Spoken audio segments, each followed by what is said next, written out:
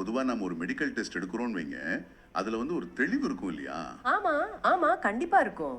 இப்போ உங்க கை உடைஞ்சிருச்சுன்னா ஒரு எக்ஸ்ரே எடுத்தா அந்த முறிவு ஒரு வெள்ளை கோடா அப்பட்டமா தெரியும். டாக்டர் நேரா அதை காட்டி, இதோ பாருங்க இங்க தான் பிரச்சனை அப்படின்னு சொல்லிடுவாரு. அது உடைஞ்சிருக்கா இல்லையான்னு நமக்கு சுலபமா தெரிஞ்சிடும். ஆமா, அங்க எந்த குழப்பமும் இருக்காது. ஒரு விதத்துல பார்த்தா அது நமக்கு நிம்மதி. விஷயங்கள் நம்ம கண்ணுக்கு தெளிவா தெரியணும், கருப்பு வெள்ளையா இருக்கணும்னு தான் நாம எல்லாரும் நினைப்போம். ஆனா இந்த எக்ஸ்ரே மெஷினை அப்படியே திருப்பி நம்ம தொழிலாளர் வருங்கால வைப்பு நிதி, அதாவது நம்ம இபிஎஃப்ஓவோட பென்ஷன் திட்டத்துக்கு நேரா வச்சா மொத்த படமும் மங்களா குழப்பமா மாறிடும். ரைட், அங்க வெளிப்படைத்தன்மை ரொம்பவே கம்மி. ஆமா, பல தசாப்தங்களா உழைச்ச லட்சக்கணக்கான தொழிலாளர்கள் இன்னைக்கு தங்களோட ரிட்டையர்மெண்ட் காலத்துல மாசம் வெறும் 1000 ரூபாய் பென்ஷனை வச்சுக்கிட்டு வாழ்ந்துட்டு இருக்காங்க. ஆனா அந்த பென்ஷன் ஃபண்டு கணக்குல வந்து பல லட்சம் கோடிகள் சும்மா தூங்கிட்டு இருக்கு. கேட்கவே ரொம்ப முரணா இருக்குல்ல. ஒரு பக்கம் ஏழ்மை, இன்னொரு பக்கம் லட்சம் கோடிகள். அதான் இன்னைக்கு இந்த ஆழமான அலசலோட முக்கியமான டாபிக். இப்போ இதை கேட்டுட்டு இருக்கிற நீங்க ஒரு பிரைவேட் கம்பெனில வேலை பார்க்குறவரா இருந்தா மாசம் மாசம் உங்க சம்பளத்துல இருந்து ஒரு தொகை இபிஎஃப்க்கு போகுது. கண்டிப்பா அது எல்லாருக்கும் நடக்கிறது தான். அந்த பணம் உண்மையிலேயே உங்க ரிட்டையர்மெண்ட்டுக்கு உதவுமா, இல்ல வெறும் 1000 ரூபாய் பென்ஷன் கொடுத்து உங்களை நடுத்தருவுல நிறுத்துவாங்களா? இதைத்தான் நம்ம இன்னைக்கு அலச போறோம். ரொம்ப முக்கியமான ஒரு மிஷன் இது. ஆமா, இதுக்காக நம்ம கையில 3 முக்கியமான சோர்ஸ் இருக்கு. ஒன்னு இபிஎஃப்ஓட லேட்டஸ்ட் ஃபினான்ஷியல் டேட்டா பிடிஎஃப், ரெண்டாவது இடிவி ஆந்திரா சேனல்ல நடந்த ஒரு சூடான விவாதம், அப்புறம் மூணாவது இபிஎஃப்ஓ சிஇஓ ரமேஷ் கிருஷ்ணமூர்த்தி ரீசெண்டா கொடுத்த ஒரு ஸ்டேட்மெண்ட். நாம எந்த பக்கமும் சாயாம இந்த 3 சோர்ஸும் சொல்ற உண்மையை மட்டும் ரொம்ப நியூட்ரலா அலச போறோம். எக்ஸாக்ட்லி. இப்போ பென்ஷன்தாரர்கள் மாசம் 1000 ரூபாய் வாங்குறாங்கன்னு நான் சொன்னேன்ல, அது ஏதோ கொஞ்சம் பேருக்கு நடக்கிற விஷயம்னு நினைச்சுக்க வேண்டாம். ஆமா, அது ரொம்ப பெரிய நம்பர். இன்னைக்கு இருக்கிற டேட்டா படி பாத்தீங்கன்னா சுமார் 81,48,000 பேர் இபிஎஸ் பென்ஷன் வாங்குறாங்க.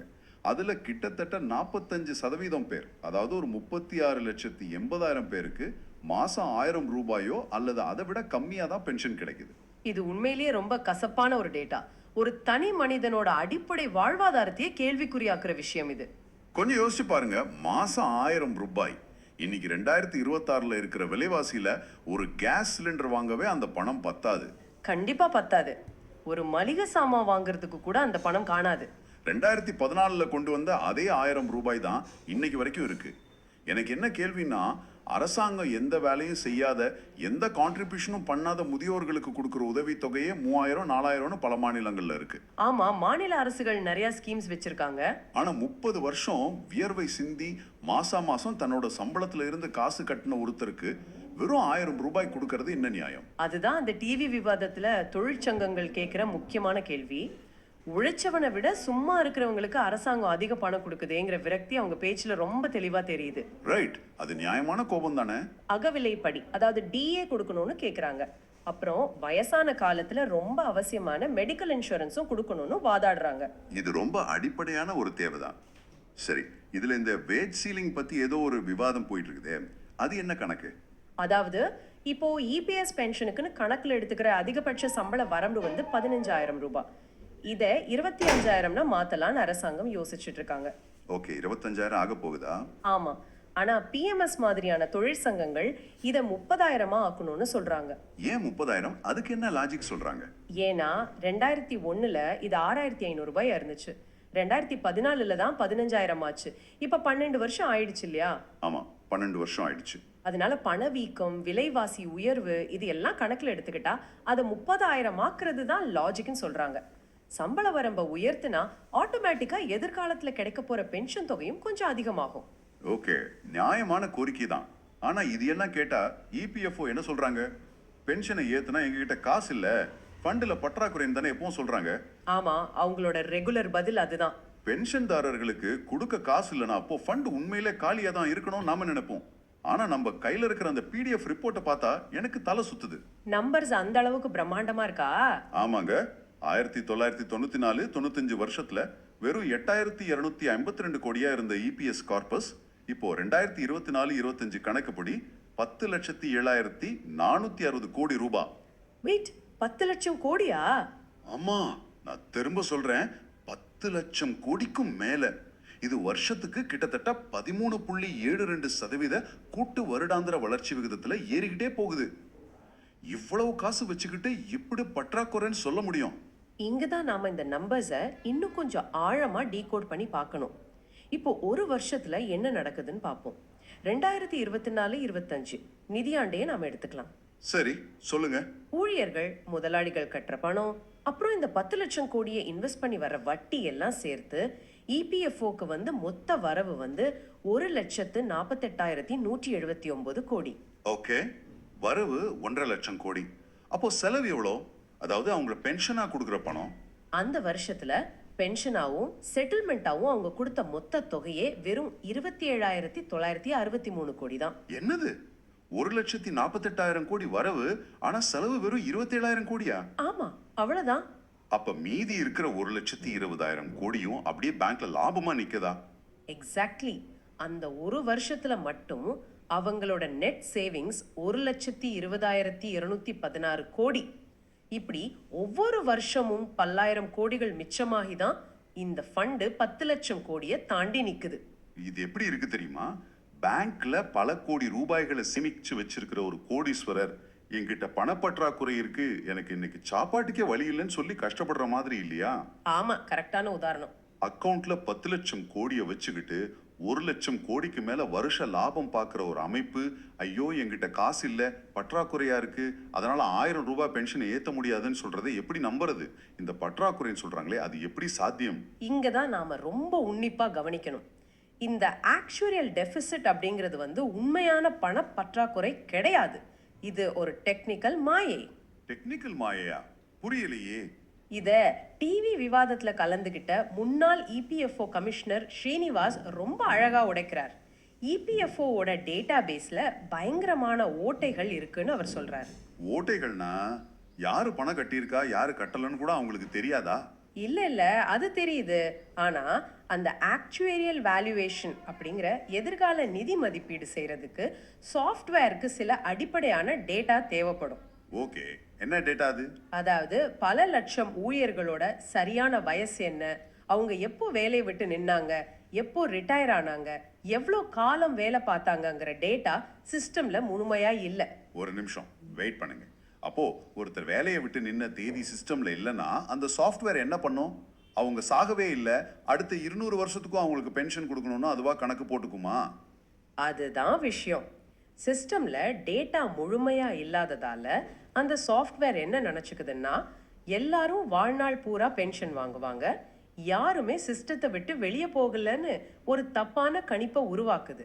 அடப்பாவமே. இந்த தப்பான அரைக்குறையான டேட்டாவை வச்சு கணக்கு போடும்போது ஸ்கிரீனில் பல லட்சம் கோடி மைனஸ்ல, அதாவது பற்றாக்குறையா காட்டுது. சரியான டேட்டாவை உள்ளீடு செஞ்சா இந்த போலி பற்றாக்குறை உடனே காணாம போயிடும், பென்ஷனை சுலபமா உயர்த்த முடியும்னு அந்த நிபுணர் அடிச்சு சொல்றார். இதை கேட்கும் போதே ரொம்ப கோவமா வருது. டேட்டாவை சரியா மெயின்டைன் பண்ணாதது அவங்களோட நிர்வாக குறைபாடு தானே? ஆமா, 100% அவங்க மேலதான் தப்பு. ஒரு சின்ன சாஃப்ட்வேர் அப்டேட்ல சரி பண்ண வேண்டிய விஷயத்த காரணம் காட்டி 36 லட்சம் பேரோட வாழ்க்கையில விளையாடுறாங்க. இது உண்மையிலே குறைந்தபட்ச பென்ஷனை ஏத்தாம இருக்க செய்யற ஒரு டெக்னிக்கல் ஸ்கேம் மாதிரி தான் எனக்கு தெரியுது. நீங்க சொல்றது உண்மைதான். ஆனா இது ஒரு பக்கம் இருக்கட்டும், பென்ஷன் கணக்கிடுற முறையிலையும் பெரிய சிக்கல் இருக்கு. ஆமா, இந்த பென்ஷனை கணக்கு போடுறதுலயே ஏதோ குழப்பம் பண்றாங்க, அதனாலதான் பென்ஷன் தொகையே குறையுதுன்னு ஒரு குற்றச்சாட்டு இருக்கே, அது என்ன பிரச்சனை? இது புரிஞ்சுக்க நாம ஒரு கற்பனை உதாரணத்தை பார்ப்போம். குமார்னு ஒருத்தர் இருக்காருன்னு வைப்போம். அவர் பல வருஷமா ஒரு கம்பெனியில வேலை பார்த்துட்டு ரிட்டையர் ஆகுறார். பென்ஷன் கணக்கிட ஒரு ஃபார்முலா இருக்கு. ஓகே, என்ன ஃபார்முலா? அதாவது பென்ஷனபிள் சேலரியையும் பென்ஷனபிள் சர்வீஸையும் பெருக்கி 70ஆல வகுக்கணும். பார்க்க ரொம்ப சிம்பிளா தான் இருக்கு. இதுல எங்க குமாருக்கு அடி விழுது? அரசு ஊழியர்களுக்கு ரிட்டையர் ஆகும்போது என்ன சம்பளம் வாங்குறாங்களோ, அதாவது லாஸ்ட் ஆன் சேலரி, அதுல 50% பென்ஷனா கிடைக்கும். ஓகே, அது நியாயமாப்படுது. ஆனா பிரைவேட் செக்டார்ல இருக்கிற இபிஎஸ் ஊழியர்களுக்கு இந்த லாஸ்ட் ஆன் சேலரியை அவங்க எடுக்க மாட்டாங்க. 2014 வந்த ஒரு திருத்தத்தின்படி கடைசி 60 மாசத்தோட, அதாவது 5 வருஷத்தோட சராசரி சம்பளத்தை தான் எடுத்துக்குவாங்க. இது என்ன லாஜிக்கு? குமார் தன்னோட கடைசி வருஷத்துல கஷ்டப்பட்டு உழைச்சு நல்ல இன்க்ரிமெண்ட் ப்ரமோஷன்லாம் வாங்கி அதிக சம்பளம் வாங்கியிருப்பார். ஆனா நீங்க 5 வருஷத்தோட ஆவரேஜ்னு எடுக்கும்போது 5 வருஷத்துக்கு முன்னாடி அவர் வாங்கின கம்மி சம்பளமும் அதுல சேருமே. கரெக்ட். அப்போ அவர் பென்ஷனுக்கு கணக்கிடப்படுற சம்பள தொகை ஆட்டோமேட்டிக்கா குறைஞ்சிடுமே. எக்ஸாக்ட்லி. குமாருக்கு இது முதலடி. இரண்டாவது அடி ப்ரோரேட்டா கணக்கீடு. ப்ரோ ரேட்டாவா? அப்படின்னா என்ன? குமார் 2005 இருந்து வேலை பார்க்குறாருன்னு வச்சுப்போம்.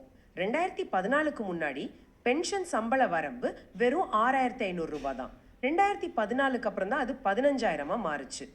ஓகே, அப்போ குமாரோட பென்ஷனை எப்படி கணக்கு பண்ணுவாங்க? அவங்க என்ன பண்ணுவாங்கன்னா, குமாரோட சர்வீஸை ரெண்டா பிரிப்பாங்க. 2014க்கு முன்னாடி வேலை பார்த்த வருஷங்களுக்கு 6,500 ரூபாயை மேக்சிமம் லிமிட்டா வச்சு ஒரு கணக்கு போடுவாங்க. அப்புறம் 2014க்கு அப்புறம் வேலை பார்த்த வருஷங்களுக்கு 15,000 ரூபாயை வச்சு இன்னொரு கணக்கு. இந்த ரெண்டையும் தனித்தனியா கண்டுபிடிச்சு கூட்டி தான் ஃபைனல் பென்ஷனை கொடுப்பாங்க. ஒரு நிமிஷம். இப்போ இதை கேட்டுட்டு இருக்கிற நீங்க 2014க்கு முன்னாடில இருந்தே வேலை பார்த்துட்டு இருக்கீங்கன்னா கொஞ்சம் உஷாராகுங்க. ஏன்னா இந்த ப்ரோரேட்டா கணக்கீடு உங்க பென்ஷனை அப்படியே பாதியா குறைச்சிடும். கண்டிப்பா குறைச்சிடும், அதுல எந்த மாற்று கருத்தும் இல்லை. ஒருத்தர் 30 வருஷம் ஒரே கம்பெனியில உழைச்சு கடைசியா நல்ல சம்பளம் வாங்கும்போது அவர் பென்ஷனை 6,500க்கும் 15,000க்கும் பிரிச்சு கணக்கு போட்டா அவருக்கு எப்படி உருப்படியான பென்ஷன் கிடைக்கும்? அரசு ஊழியர்களுக்கு ஒரு நியாயம், தனியார் ஊழியர்களுக்கு ஒரு நியாயமா? இது உழைச்சவருக்கு சேர துரோகம் இல்லையா? உங்களோட கோபம் புரியுது. தரவுகள் இவ்வளவு வலிமையா தொழிலாளர்கள் பக்கம் இருக்கும்போது நிர்வாகம் என்ன சொல்றாங்கன்னு நாம பார்க்கணும். சரி, நிர்வாகம் என்னதான் சொல்றாங்க? இபிஎஃப்ஓ சிஇஓ ரமேஷ் கிருஷ்ணமூர்த்தி ஒரு நேர்காணல்ல சில விஷயங்களை தெளிவுபடுத்தியிருக்காரு. குறிப்பா அதிக பென்ஷனுக்கான வாய்ப்பை மறுபடியும் ஓபன் பண்ண முடியாதுன்னு அவர் திட்டவட்டமா சொல்லிட்டார். நான் அவர் இடத்துல இருந்து பார்க்க ட்ரை பண்றேன். அவர் ஒன்றும் பணத்தை வீட்டில் எடுத்துட்டு போறது இல்லையே. எதுக்காக இவ்வளோ ஸ்ட்ரிக்டா இருக்கார்? எதிர்கால சந்ததியினரை காப்பாற்றணும்னு நினைக்கிறாரா? கிட்டத்தட்ட அதான். இந்த இபிஎஸ் ஃபண்ட் அப்படிங்கிறது ஒருத்தரோட பர்சனல் பேங்க் அக்கவுண்ட் கிடையாது, அது ஒரு பூல்டு ஃபண்டு. இதை எப்படி புரிஞ்சுக்கலாம்னா, ஒரு பெரிய கல்யாண பந்தியை கற்பனை பண்ணிக்கோங்க. கல்யாணத்துக்கு வந்த எல்லாரும் சாப்பிட்றதுக்காக நிறைய சாப்பாடு செஞ்சு வச்சிருக்காங்க. ஓகே, ஒரு பஃபே சிஸ்டம் மாதிரி. ஆமா, இதுல ஒரு 10 பேர் மட்டும் முன்னாடி வந்து எங்களுக்கு பிரீமியம் லாப்ஸ்டர் வேணும், அதிக பென்ஷன் வேணும்னு கேக்குறாங்க. அவங்களுக்கு அதை செஞ்சு போட்டா கல்யாணத்துக்கு வந்த மற்ற சாதாரண மக்களுக்கு சாம்பார் சாதம் போட கூட ஃபண்ட்ல காசு பத்தாம போயிடும்னு சிஇஓ பயப்படுறாரு. ஓஹோ, அப்படி ஒரு பயம் இருக்கா?